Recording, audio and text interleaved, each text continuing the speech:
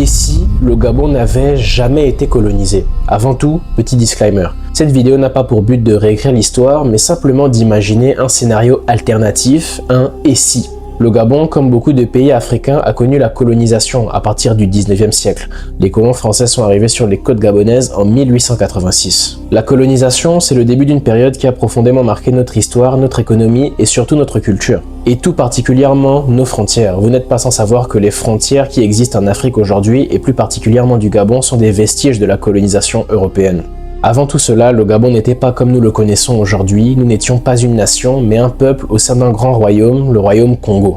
Un royaume puissant d'Afrique centrale, animé par des échanges commerciaux et une organisation sociale certes dispersée, mais tout à fait établie. Alors nous nous permettons de nous poser la question suivante. Que se serait-il passé si le Gabon, comme nous le connaissons aujourd'hui, n'avait jamais été colonisé? Aurait-il conservé ses structures traditionnelles ou bien aurait-il évolué vers un modèle à sa manière? Et surtout, comment était l'identité de ce pays d'origine bantoue d'Afrique centrale s'il n'avait jamais été colonisé par l'Empire français? Mesdames et messieurs, c'est la question que nous allons essayer de nous poser aujourd'hui, encore une fois. Et si le Gabon n'avait jamais été colonisé?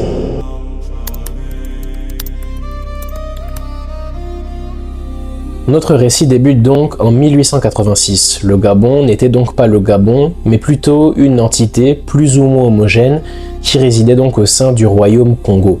Un royaume assez autonome, un vaste royaume de l'Afrique centrale et qui donc existe depuis le XIVe siècle. Le royaume Congo est donc un royaume assez fort, puissant, qui exerce une forte hégémonie dans la région entre le plateau Bengala et le plateau Bateke. Le royaume est très peuplé avec une démographie estimée entre 2 à 8 millions d'habitants. Le peuple que l'on pourrait considérer à cette époque de Gabonais ne représente donc que 4% de la population du royaume avec ses 250 000 habitants. Le Gabon historique, c'est une multitude de petits royaumes dirigés par de nombreux rois traditionnels tels que le roi Koué ou le roi Antchoué ou bien encore le roi Denis Rapochambo pour les plus connus. Le Gabon de l'époque, ce sont aussi des royaumes gouvernés par des reines telles que la reine Massa notamment. Le Gabon, c'est un pays qui n'a pas réellement d'identité propre car il est habité par plusieurs peuples qui ne parlent pas forcément la même langue mais où il y a donc des connotations qui correspondent. Comme vous le savez tous et déjà à l'époque au Gabon, l'on parle plus de 40 dialectes, tous issus donc de la langue bantoue. Les peuples de la région utilisaient donc le multilinguisme afin de commercer et d'échanger avec les autres peuples du royaume. On peut dire que jusque-là, pour les Gabonais, tout se passait bien. Au début des années 1890, un événement va bouleverser tout cet équilibre au sein du royaume. Un événement qui pouvait être considéré comme mystique et presque irréel pour les peuples bantous. Des embarcations immenses venues de la mer, remplies d'hommes à la peau claire avec des armes et des drapeaux inconnus, accostent tout le littoral de l'Afrique centrale, du Cameroun au Congo, et donc en passant notamment par l'estuaire et par le Gabon. Dans notre scénario alternatif, c'est ici que va donc débuter la naissance de l'identité gabonaise, un peuple fort et qui va se montrer indoctable face à la colonisation. Pour pénétrer au sein de l'Afrique centrale à cette époque-là, il y avait 3 portes d'entrée, le Cameroun, le Gabon et le Congo. Les peuples gabonais et bantous n'étaient pas totalement inconnus aux colons européens. Ils connaissaient leur existence, ils connaissaient leur présence, via notamment les colons portugais, mais une attaque aussi massive et organisée, c'était du jamais vu. Leur arrivée va donc provoquer la peur, mais aussi la curiosité chez certains qui vont donc décider d'accueillir ces colons. Mais du côté du Gabon, leur arrivée est perçue comme une atteinte au peuple bantou. Et c'est là que notre scénario fictif devient de plus en plus intéressant et qu'il y a réellement jonchure entre la réalité et la fiction. Sur la côte gabonaise, les Mienais, les Nzebi et les Échira vont donc s'organiser sous la direction de Mavurulu Nyonda Makita, un grand guerrier de l'histoire coloniale gabonaise. Beaucoup de guerriers et de figures historiques de la colonisation de l'époque gabonaise vont donc s'élever. Ce sont des hommes initiés au Buti, un culte ancestral qui va donc les relier au monde visible et invisible. Ce sont des combattants formés à l'art traditionnel et habiles dans l'art de la stratégie et notamment du combat en forêt. Ils maîtrisent leur environnement beaucoup plus que le colon. Parmi eux, on va retrouver des figures légendaires telles que Mweli Mukani, Madunku Mukani ou bien encore Nsiegi Mfundu. Il y aura encore notamment des guerriers puissants et historiques tels que Nzambadinga ou bien encore Kassa Maviri. Il faut noter que les colons ont un avantage considérable sur les guerriers gabonais. Ils sont armés, munis de fusils Berthier et peuvent tuer d'un coup sec. Ces hommes de bravoure ne disposaient pas des armes des colons, mais ils possédaient une chose très importante, la foi et la connaissance du terrain et de la forêt. Ils avaient notamment la détermination de ne pas subir la domination. Attention, cela a été également le cas dans la réalité, mais nous allons partir sur un postulat un peu plus avantageux pour eux dans ce scénario fictif. Ainsi survient donc la colonisation du royaume Congo, mais aussi l'essor de l'identité gabonaise taillée dans la résistance et la bravoure. Et les offensives ne vont pas s'arrêter et les colons vont essayer d'attaquer le royaume gabonais par son flanc droit, sa frontière actuelle avec le Congo. Ils vont donc réussir à rentrer par l'Ogwe-Ivindo, près de Zadier, et arrivent donc jusqu'au Moyen-Ogwe, à Njolé. Mais malheureusement pour eux, c'est à Njolé qu'ils feront la rencontre des troupes d'un très puissant guerrier fin et historique, Eman Tolé. Dans notre scénario fictif, les forces coloniales se feront donc massacrer à partir de Njolé et l'identité gabonaise sera donc ainsi protégée. C'est donc ainsi, au bout donc de féroces batailles, que le peuple gabonais va se retrouver isolé et encerclé par la présence coloniale. Ce petit peuple est le dernier bastion du royaume Congo qui a donc su rester debout après les attaques coloniales de l'Empire français. Entre 1900 et 1915, le Gabon entre dans une période décisive. Face à la crise coloniale et donc à la dissolution de son royaume historique, le royaume Congo, les différents peuples du territoire vont donc commencer à naturellement s'unir autour donc d'une nouvelle idée, celle donc d'une résistance royale bantoue. Les rivalités tribales et interethniques vont donc naturellement peu à peu s'effacer, car contrairement à la réalité, le Gabon sera dans un état donc de devoir coexister pour pouvoir lutter contre le colon français. Dans ce scénario fictif, nous avons donc imaginé une rivalité interethnique beaucoup plus assouplie et beaucoup plus adoucie au sein donc du peuple gabonais. Peu à peu, les rivalités ethniques vont donc laisser place à la naissance d'une identité et d'une réelle cohésion gabonaise. Au cœur de ce mouvement, une famille gabonaise forte et puissante va donc se distinguer. Cette famille, nous avons décidé de l'appeler la famille Keza. C'est cette famille qui va donc créer la première dynastie du royaume gabonais ayant à sa tête le roi Abora Keza Ier. Dans notre scénario fictif, le roi Abora Keza était lui aussi un grand guerrier de la résistance et qui a par son courage et sa détermination parvenu à donc rallier les chefs des grandes tribus gabonaises. En réussissant à rallier les différents chefs de tribus et d'ethnies du Gabon, le roi Abora Keza va donc réussir à créer un concept très important tout au long de notre chronique qui sera donc le Conseil des sages. Le Conseil des sages, vous le retrouverez tout au long de notre histoire car c'est un concept que nous avons estimé important et crucial de mettre en place dans ce Gabon fictif. C'est un conseil chargé d'arbitrer les décisions majeures du royaume et qui pourrait s'apparenter aux vestiges d'un parlement. Conscients de la menace extérieure qui plane sur le royaume, les chefs des ethnies et donc les représentants du Conseil des sages vont donc décider de mettre en place la création d'une garde nationale au littoral des côtes gabonaises. Une garde qui sera donc effective sur les voies fluviales et qui aura donc pour mission de surveiller les frontières et d'empêcher l'infiltration des colons. Cette garde qui sera historique, entraînée et très efficace sera donc le reflet de la résistance et de la souveraineté du jeune royaume du roi Abora Keza Ier.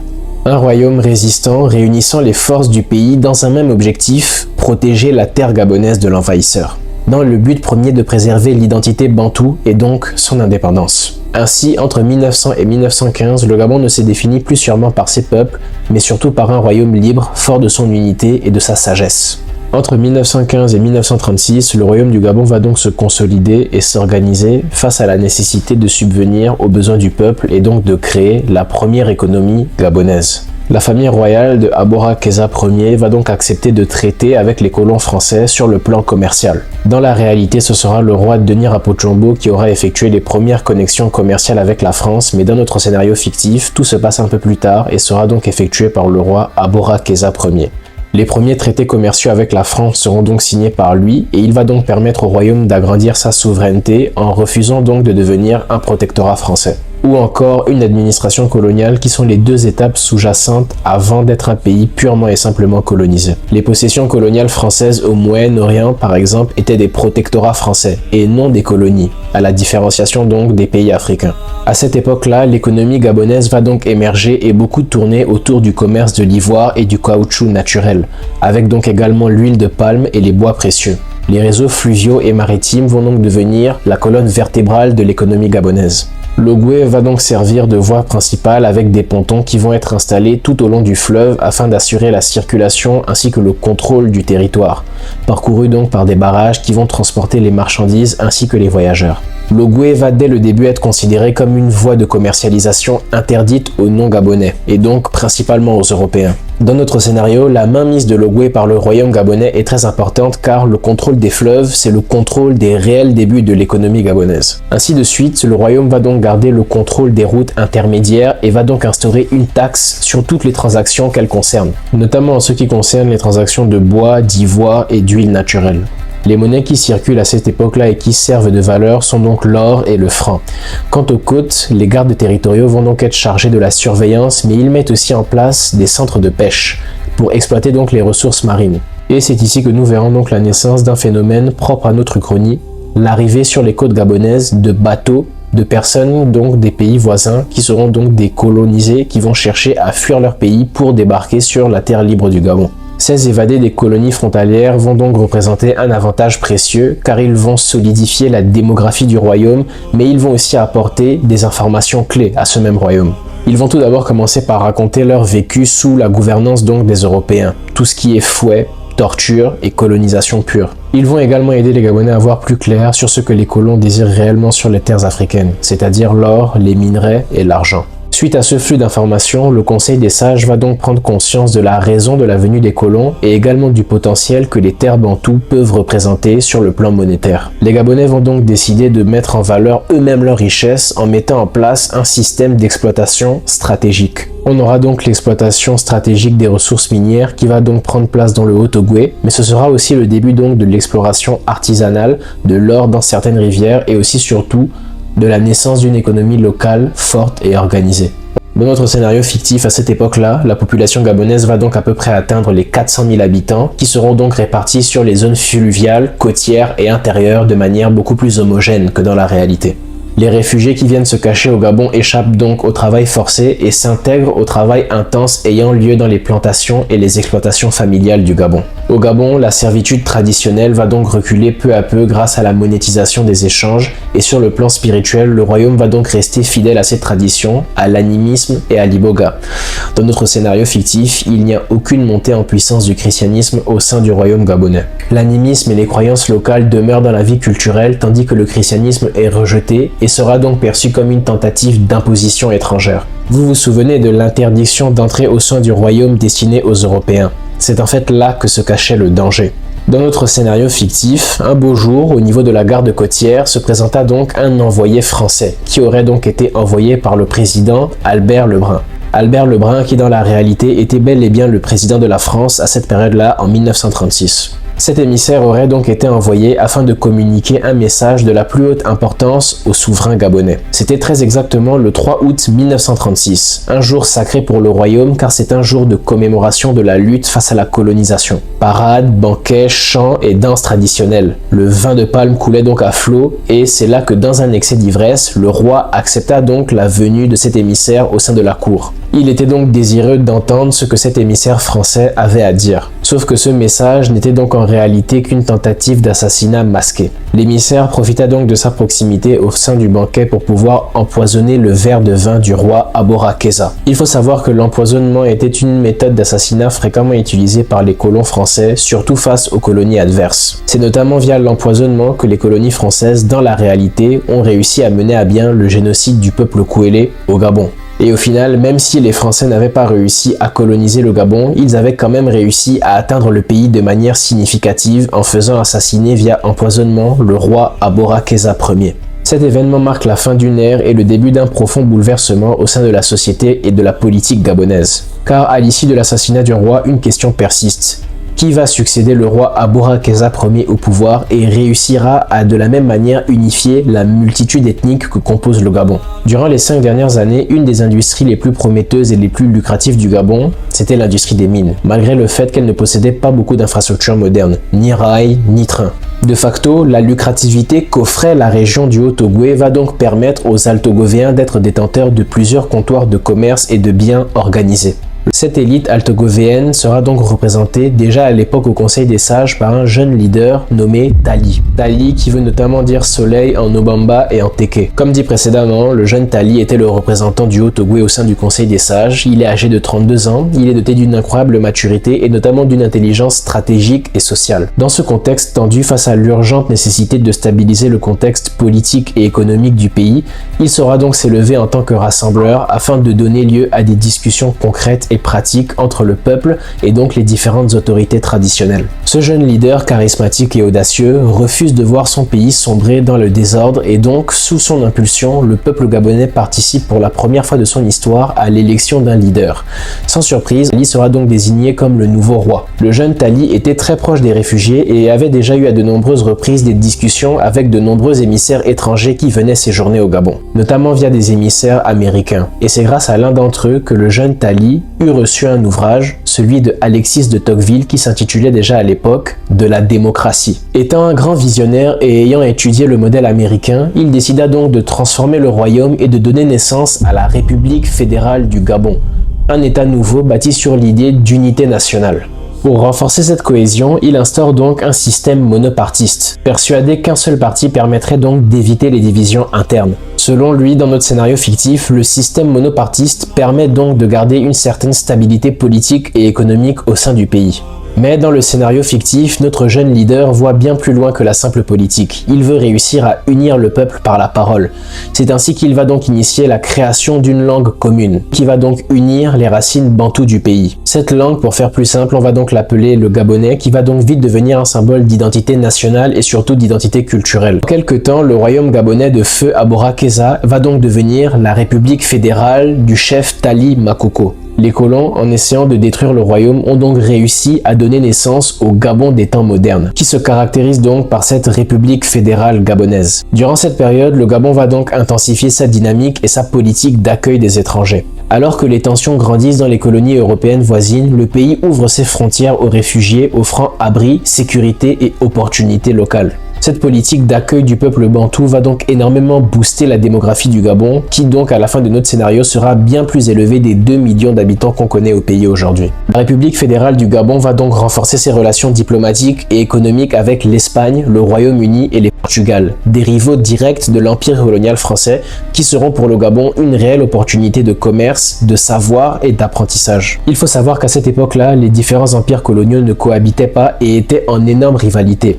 Le fait que le Gabon soit un pays libre au sein de l'entité coloniale française va être comme une réelle opportunité partagée et pour les empires coloniaux européens et pour la République fédérale gabonaise. Vous l'aurez donc compris, dans notre scénario fictif, le début de ces échanges vont donc mettre en place l'ère d'une coopération gabono-anglo-hispano-portugaise. Des lettrés gabonais vont donc être formés à Londres, Lisbonne, Madrid, mais également à Paris. Ils vont donc permettre à ce pays de devenir un des pays économiquement les plus stables et les plus puissants d'Afrique centrale.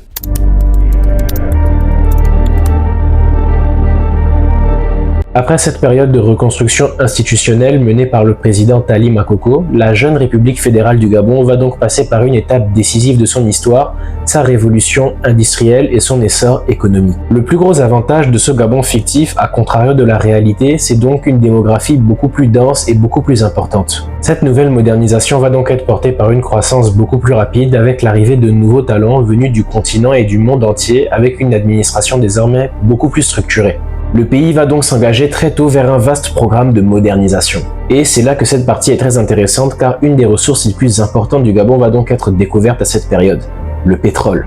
Dans les années 50 va donc survenir la découverte des premiers gisements pétroliers offshore du Gabon. Face à cette découverte, l'État gabonais va se montrer lucide et va imposer une ligne claire, avec donc une politique de rente pétrolière beaucoup plus avantageuse que dans la réalité. Nous serons aux alentours des 50%. Ce qui va aussi s'ajouter à cette rente pétrolière beaucoup plus avantageuse, ce sera donc la création d'emplois locaux et la création également d'une compagnie pétrolière nationale pour le Gabon.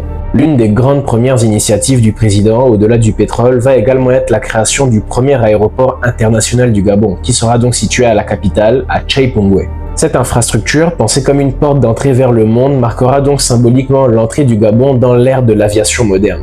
Grâce à cette nouvelle infrastructure et à la vision pragmatique et profondément pacifique de Tali Makoko, le pays va donc prendre un tournant diplomatique majeur. Le Gabon va devenir progressivement l'un des médiateurs incontournables de l'Afrique centrale. En misant sur le dialogue, la neutralité et des agences intelligemment construites, le pays va donc s'imposer comme un acteur respecté et capable de désamorcer des tensions régionales à l'échelle de l'Afrique centrale. Entre les années 50 et 60, alors que l'UPC secoue le Cameroun, le Gabon va donc intervenir comme un médiateur régional. Il faut également préciser que cette nouvelle influence de pacificateur que nous avons décidé d'illustrer dans le cas du Gabon va donc donner au pays une stabilité très rare sur le continent et va donc renforcer également son activité économique. Ce rôle de puissance stabilisatrice va donc atteindre son apogée lorsque le président Tally va être sollicité par ses voisins qui sont encore sous domination coloniale. En tant que leader fédérateur de la sous-région, Tally intervient donc directement dans les négociations d'indépendance de plusieurs de ces territoires, profitant du prestige politique du Gabon pour appuyer les revendications de ces mêmes pays africains. Nous ne sommes pas sans savoir que dans la réalité, la France a fini par donner gain de cause à ces colonies centrafricaines, mais il était important de mettre en place l'influence diplomatique que le Gabon aurait pu avoir dans ce processus s'il n'avait pas été colonisé.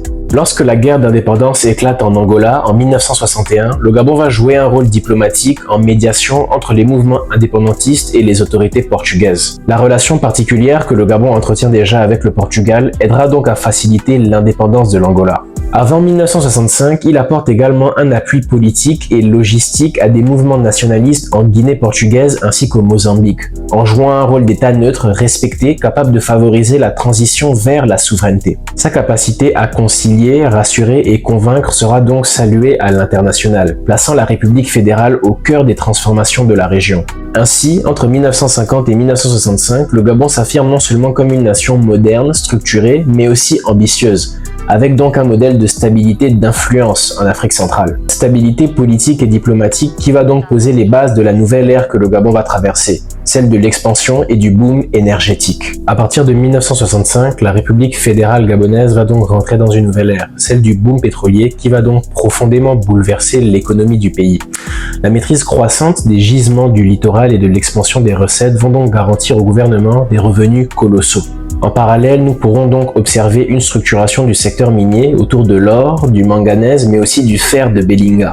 Dans le cas présent, le Gabon va donc mettre en place une stratégie à la norvégienne, avec donc la création d'un fonds souverain de l'Ogooué qui sera donc entamé par une épargne de la rente pétrolière ainsi que de la rente minière. Ce sont ces recettes colossales qui vont donc aider à l'urbanisation de Tcheipongoué et de notre port gentil fictif qui sera tout aussi important pour son apport pétrolier. Le secteur de la santé et de l'éducation seront également grandement financés par ces énormes rentes naturelles. Cette puissance financière nouvelle va donc permettre au Gabon de lancer une politique ambitieuse de modernisation intellectuelle, avec durant la fin des années 60 plusieurs écoles techniques et la première université nationale qui va donc voir le jour avec une grande bibliothèque bantou. Cette bibliothèque bantou sera donc une institution dédiée à la conservation et à la préservation du patrimoine culturel centrafricain. Cette renaissance culturelle, elle va renforcer le prestige du pays à l'échelle continentale et internationale. En termes d'investissement, le Gabon ne s'arrête pas là. Le pays va aussi également investir massivement dans des logements urbains, des hôpitaux régionaux, mais aussi des routes, des ponts et de nombreux aéroports dans les 4 coins du pays.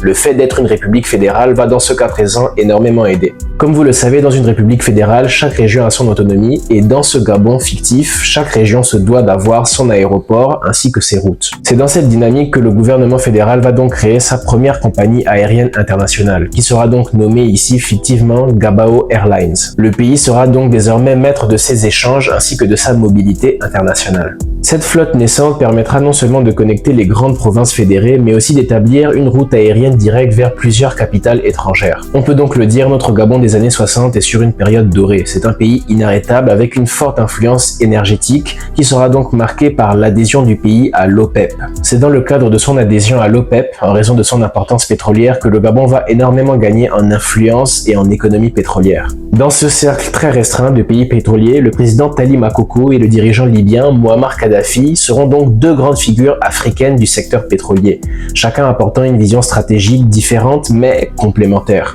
Sur le plan géopolitique, le Gabon va donc insuffler la création d'une coalition centrafricaine qui va donc inclure la Guinée équatoriale, le Cameroun, le Tchad, la République centrafricaine ainsi que le Congo de Marianne Gwabi. Cette organisation va être rapidement considérée comme l'une des plus puissantes alliances régionales au sein de l'organisation et de l'unité africaine, mêlant coopération militaire, échanges scientifiques et intégration économique. C'est dans cette même période que la guerre froide bat son plein et face à ce conflit majeur, le Gabon va adopter une position pragmatique mais plutôt orientée vers les États-Unis, misant donc sur les échanges commerciaux et technologiques. De la même manière que dans la réalité, le Gabon va donc jouer un rôle crucial dans la crise du Biafra au Nigeria, avec un appui logistique, diplomatique, qui va donc lui valoir un respect international accru.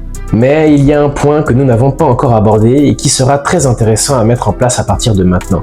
Vous avez sûrement remarqué que la République démocratique du Congo ne fait pas partie de la coalition centrafricaine. Eh bien, sachez qu'à cette période, les relations avec Mobutu Sese Seko se détériorent, alimentées par une rivalité territoriale et historique avec la République fédérale du Gabon dirigée par Tali Makoko. L'un des points d'orgue de cette rivalité territoriale et historique, ce sera l'assassinat de Patrice Lumumba, un grand ami du président Makoko, qui partageait donc les mêmes idées ainsi que les mêmes convictions pro-africaines. Dans ce scénario, nous avons volontairement mis l'accent sur la tendance pro-panafricaine de cette République fédérale du Gabon.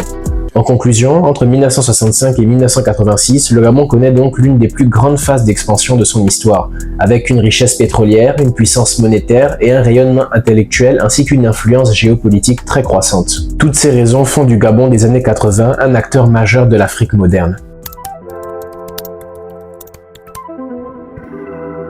Les années 90 marquent un tournant brutal pour la République fédérale gabonaise, qui va donc fortement être impactée par la guerre du Golfe. En effet, la guerre du Golfe, qui a donc lieu au Moyen-Orient, a fait flamber les prix du pétrole et a frappé de plein fouet une économie que l'État lui-même croyait à 100% solide. L'on découvre alors au sein de cette république que nous avons beaucoup adulé lors des parties précédentes des problèmes longtemps inconsidérés, tels que la dépendance excessive au pétrole, le clientélisme qui donc amène le pays à être paralysé sur le plan économique. Résultat de tout ce remue-ménage, la crise pétrolière va frapper de plein fouet l'économie nationale, affaiblissant les finances publiques et faisant donc vaciller les fondations que l'État avait durement posées. Face à cette crise énergétique du pétrole, le pays doit donc impérativement se réinventer et dans les années 1990, le Gabon entreprend donc une diversification économique ambitieuse avec un essor croissant du manganèse. Cet essor croissant du manganèse va donc aider le pays à s'ouvrir aux marchés mondiaux avec des contrats long terme, des modernisations, notamment dans la filière du bois, qui a longtemps été considérée par la République. Le Gabon va réussir à se réinventer en valorisant ses autres ressources, donc telles que le bois et le manganèse, pour pouvoir subvenir aux besoins du pays et ne pas rester entièrement dépendant du pétrole, avec une reconnaissance officielle de la médecine traditionnelle comme un secteur stratégique.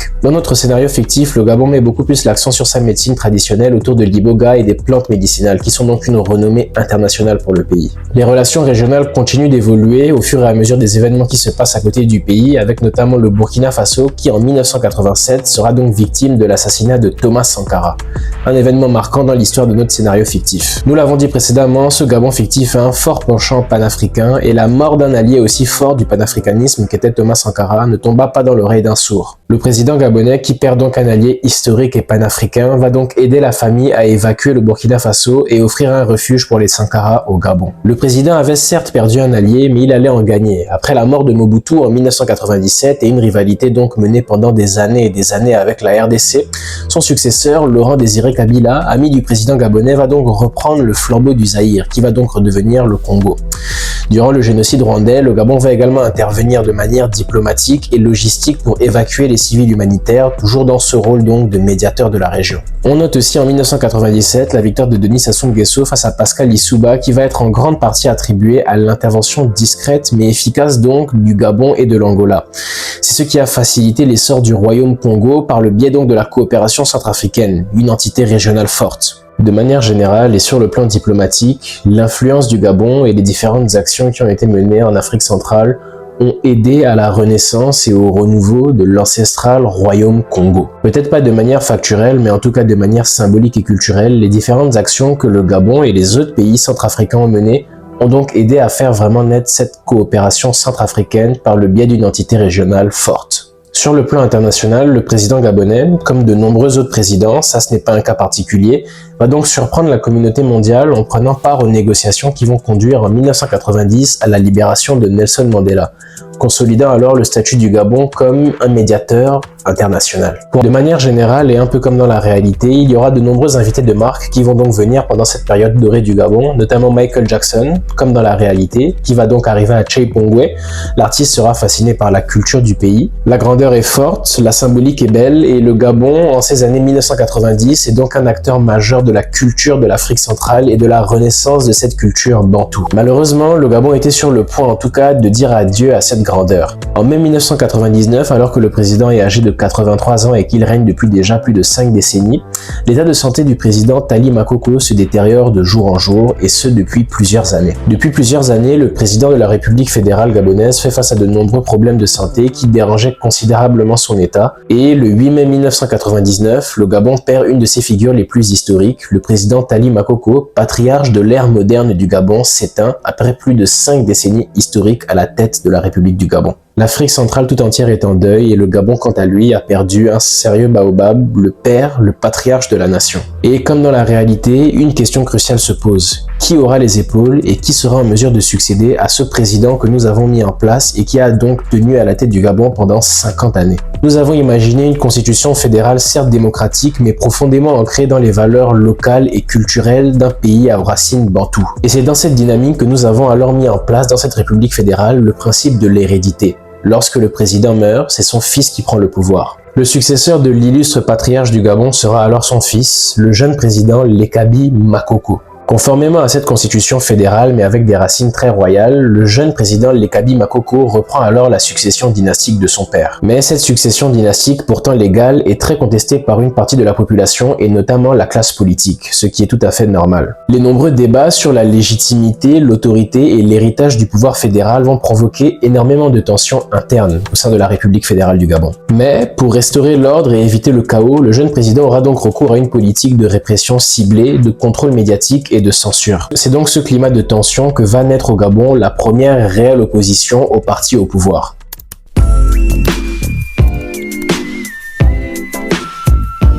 Entre 2000 et 2015, la République fédérale du Gabon connaît donc son troisième âge d'or. Ce nouvel âge d'or est donc marqué tout d'abord par un retour à l'ordre, après les tensions qui ont eu lieu dans la fin des années 90, et donc une nouvelle dynamique de restructuration de l'État, qui va donc essayer de s'ouvrir aux investissements étrangers, et tout particulièrement aux investissements chinois. Le fait que le Gabon cherche à s'ouvrir aux investissements étrangers va aller dans une logique de diversification des économies et donc des sources de revenus pour le pays. Le pays va donc poursuivre ses efforts et devenir un hub commercial à l'échelle régionale et internationale. Ceci va notamment se caractériser par la création d'un port international à Port-Gentil qui aura été fait à l'aide donc des deux grands alliés occidentaux du Gabon, l'Espagne et le Portugal, pour permettre donc au Gabon d'avoir une réelle ouverture atlantique, d'intensifier ses commercialisations avec la Guinée et l'Angola et donc de devenir un réel pays puissant autant sur les terres qu'en mer. Dans une autre mesure, aux côtés du patriarche camerounais Niobé et du président congolais Denis Sassou Nguesso, le Gabon va donc initier le projet d'un corridor logistique Gabon-Cameroun-Congo. S'ensuivra alors une baisse des droits de douane qui vont donc permettre au pays de ne pas se surtaxer les uns les autres. Un système assez semblable à celui de l'Union européenne par exemple. Toujours dans une certaine ambition académique, ce nouveau Gabon va donc fonder deux institutions majeures dans le domaine du savoir pour le pays. Il y aura premièrement la création d'une université indo-gabonaise dédiée donc à la médecine, fruit de la coopération avec l'Inde, ainsi qu'une université sino-gabonaise, elle dédiée à la technologie, l'ingénierie et qui sera donc construite autour d'un partenariat entre le Gabon et son nouveau partenaire, la Chine. Ces deux pôles de savoir rendent le Gabon attractif pour les étudiants d'Afrique centrale et consolident donc son image d'État à la pointe de l'innovation. Et bien sûr, là, nous nous sommes fait assez plaisir dans le scénario, mais l'une des consécrations monumentales qui arrivera donc pour ce Gabon fictif, ce sera donc le fait que le pays puisse donc devenir le pays hôte de la Coupe du Monde de football, vous l'aurez bien imaginé, à la place de l'Afrique du Sud. Allô ? Bien évidemment, étant donné que c'est le Gabon, ce sera donc le premier pays qui accueillera une Coupe du Monde sur le continent africain. Bien évidemment, dans ce scénario fictif, vous pouvez donc partir du principe que le Gabon est le premier pays africain à avoir accueilli une Coupe du Monde de football. Cette Coupe du Monde 2010 aura donc été un succès logistique et médiatique pour le Gabon. Mais ne vous inquiétez pas, ça n'aura pas été un succès footballistique. Même dans le scénario le plus fictif de tous, c'était vraiment difficile d'imaginer le Gabon gagner une Coupe du Monde.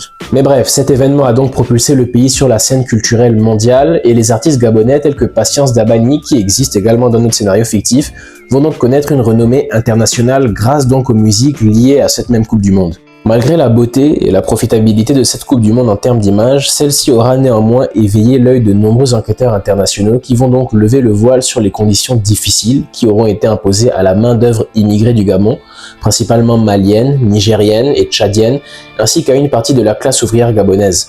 Ces révélations déclenchent donc un important mouvement de colère, des soulèvements locaux, des grèves, des manifestations et donc tout ceci va éclater un peu partout dans les provinces gabonaises. Dans ce climat de défiance, les controverses autour de la légitimité du président vont ressurgir. Il avait réussi à les effacer, mais elles reviennent peu à peu. L'opposition gabonaise, qui est donc beaucoup plus audible et puissante qu'à l'époque de son père, va donc dénoncer un modèle politique figé et inégalitaire et surtout héréditaire. Le débat sur la citoyenneté et la place des étrangers vont donc s'intensifier et on estime qu'au début des années 2010, près d'un tiers de la population résidente au Gabon n'est pas gabonaise, c'est-à-dire 12 millions de personnes sur une population que nous avons estimée à 36 millions d'habitants au Gabon. Nous avons donc ici dans le cas du Gabon essayé d'imaginer les conséquences d'un boom économique et de l'attractivité forte du travail qu'un pays comme le Gabon, moderne, fort et puissant, pouvait donc véhiculer. Cette réalité démographique de 36 millions d'habitants pour le Gabon, à contrario 2 millions d'habitants dans la réalité, sera donc un enjeu politique majeur. Ainsi, entre 2000 et 2015, le Gabon passe du statut de puissance émergente à celui de centre régional et hub commercial incontournable en Afrique centrale et même de manière générale sur le continent africain.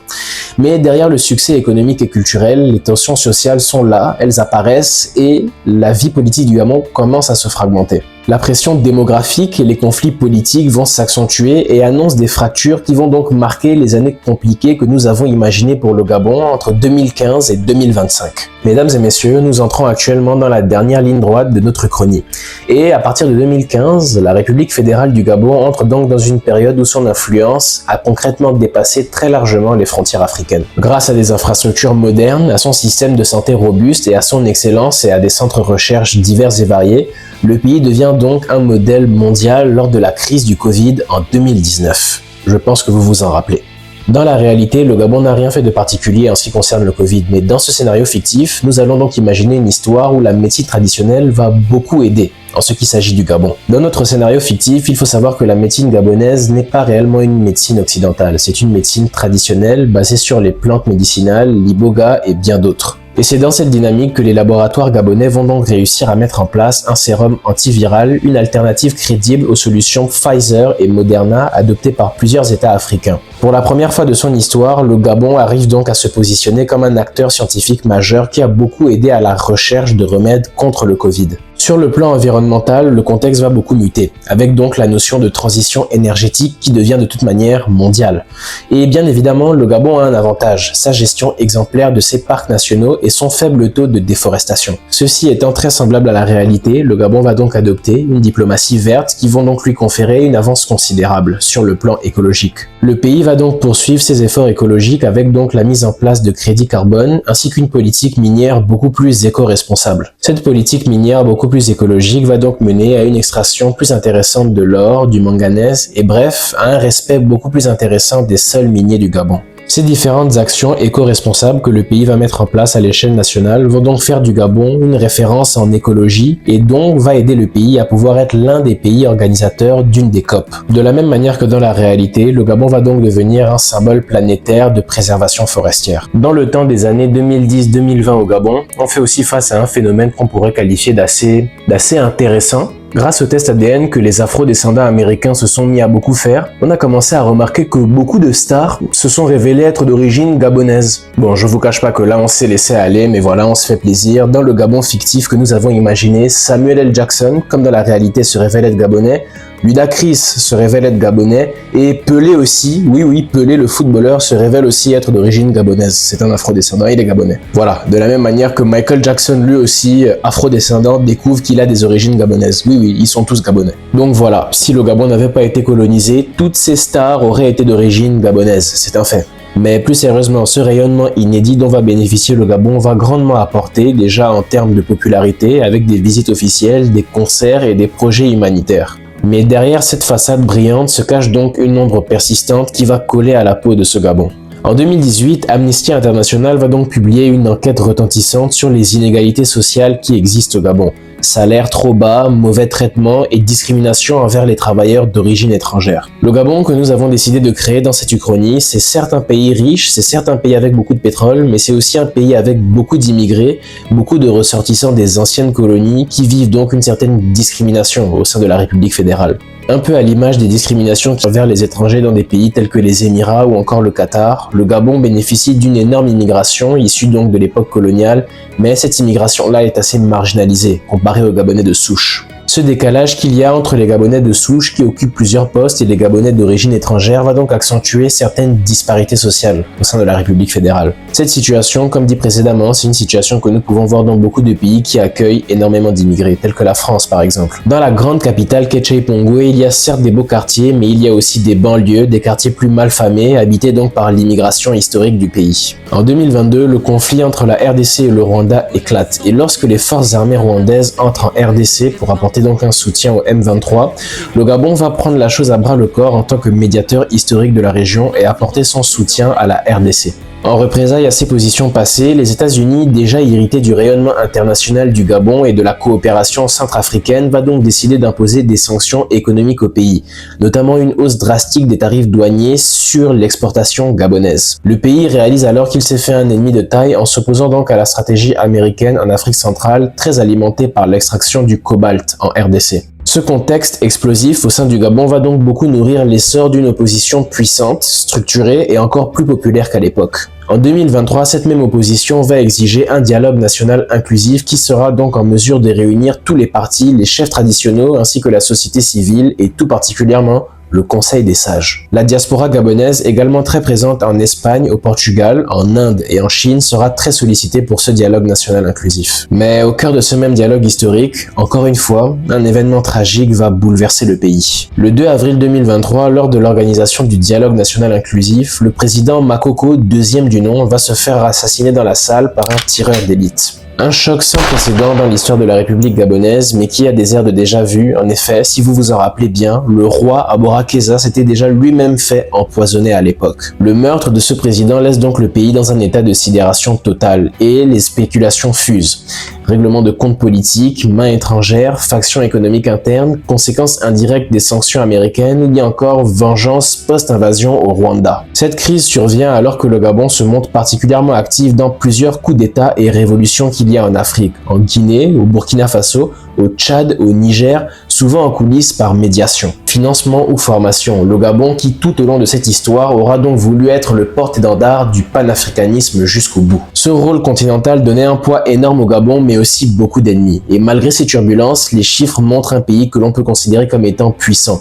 Une croissance économique entre 2015 et 2020 à plus de 4,8%, une baisse du chômage étudiée à moins de 12%, des parts des énergies propres à hauteur de 52%, des recettes non pétrolières de plus de 38% et donc une influence politique et diplomatique qui peut se situer comme étant dans le top 3 en Afrique. Entre 2015 et 2026, le Gabon aura donc été un modèle scientifique, un géant environnemental, une référence culturelle et un hub commercial de renommée. Mais ce monde tout beau tout rose pour ce Gabon fictif n'empêchera pas le pays de glisser lentement mais sûrement vers une crise politique majeure qui va peut-être redéfinir les cartes de l'Afrique centrale. Pour la suite de ce scénario imaginaire, c'est maintenant à vous que nous allons nous adresser. Qu'auriez-vous fait différemment si vous aviez été à la place de ces trois dirigeants? Et surtout, selon vous, qui est le commanditaire de l'assassinat de Makoko, deuxième du nom? Les États-Unis, le Rwanda, une faction ennemie? Laissez aller votre imagination dans les commentaires. Le mystère reste entier et la parole est désormais à vous. Quel aurait été le Gabon s'il n'avait jamais été colonisé? Eh bien nous, voici notre réponse. Elle est certes très utopique et très optimiste, mais c'est un parti pris que nous avons consciemment choisi de faire. N'hésitez pas à nous dire ce que vous en avez pensé en commentaire, ce que vous aurez fait différemment, les corrections que vous auriez apportées. Ce serait un plaisir pour nous de vous lire. Sur ce, mesdames et messieurs, merci de m'avoir écouté.